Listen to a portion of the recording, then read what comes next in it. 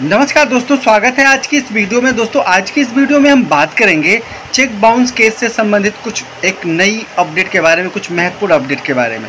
दोस्तों आप लोग को बताना चाहूँगा, मामला दिल्ली हाई कोर्ट का है, जहाँ पे होता क्या है, एक व्यक्ति के द्वारा चेक इशू किया जाता है और वो चेक क्या होता है, बाउंस हो जाता है। उसके बाद में जो जिसका चेक बाउंस हो जाता है, व्यक्ति क्या करता है, कंप्लेंट डालता है और इसमें चेक जारी करने वाले को दोषी पाया जाता है ट्रायल कोर्ट से। वहाँ पे क्या होता है, जो चीफ मेट्रोपॉलिटन मजिस्ट्रेट कोर्ट होती है, चेक जारी करने वाले को दोषी पाती है और उसके बाद में उसको दोषी पाती है और सज़ा फाइनल सुना दिया जाता है, उसको दोषी सिद्ध किया जाता है। उसके बाद में जो चेक जारी करता होता है, इस केस को लेकर दिल्ली हाई कोर्ट में जाता है और हाई कोर्ट के विद्वान जस्टिस रविंदर दुदेजा के द्वारा इस केस की सुनवाई किया जा रहा होता है।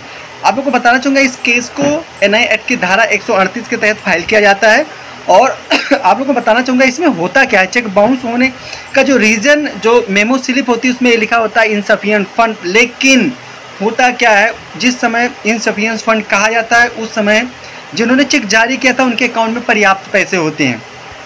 मतलब इसमें कुछ और ही रीज़न होता है। रीज़न ये होता है, जो CGST डिपार्टमेंट होता है ना, जो CGST, जो सेंट्रल GST होते हैं ना, CGST डिपार्टमेंट होता है, वो क्या करता है, जो चेक इशू करने वाला व्यक्ति होता है उसके अकाउंट को फ्रीज कर देता है किसी और कारण से।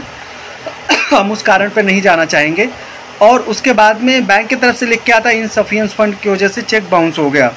एक चीज़ और दोस्तों, इसमें होता क्या है, जब अकाउंट फ्रीज हो जाता है तो इसमें चेक जारी करने वाला होता है ना, वो दूसरी पार्टी जिनको चेक इशू किया था उनको इन्फॉर्म भी करता है मेल के द्वारा कि आप अभी चेक ड्रॉप नहीं करेंगे, अकाउंट में नहीं डालेंगे, क्योंकि हमारा जो अकाउंट है वो फ्रीज हो चुका है। ये सारे डॉक्यूमेंट जो रिकॉर्ड में पेश किए जाते हैं।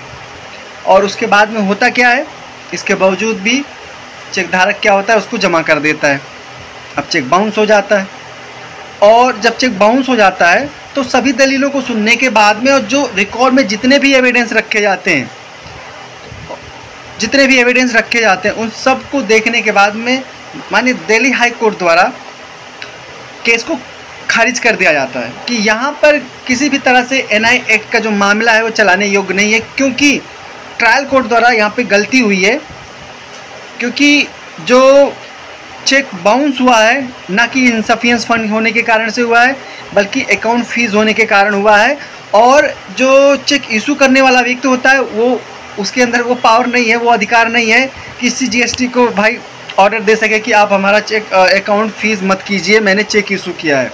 तो वहाँ पे ऐसा कोई भी इसकी गलती नहीं पाई जाती, इसलिए उसको बाइज्जत बरी किया जाता है। तो दोस्तों याद रहे, चेक इशू जो होता है, अगर चेक बाउंस होता है तो चेक बाउंस होने के बाद भी बहुत सारे ऐसे तर्क होते हैं, बहुत सारे ऐसे रीज़न फैक्ट होते हैं जिसके आधार पर चेक जिन्होंने इशू किया था, भले बाउंस हो गया है, वहाँ पे उसको रिलीफ मिल सकती है। बस ध्यान रहे, चेक बाउंस होने का जो रीज़न है वो स्पष्ट होना चाहिए और ख़ासतौर पर इनसफिशिएंट फंड तो बिल्कुल नहीं होना चाहिए। आशा करता हूँ इस वीडियो से आप लोगों को बहुत कुछ सीखने के लिए मिला होगा। मिलता हूँ एक नई वीडियो में। बहुत बहुत धन्यवाद।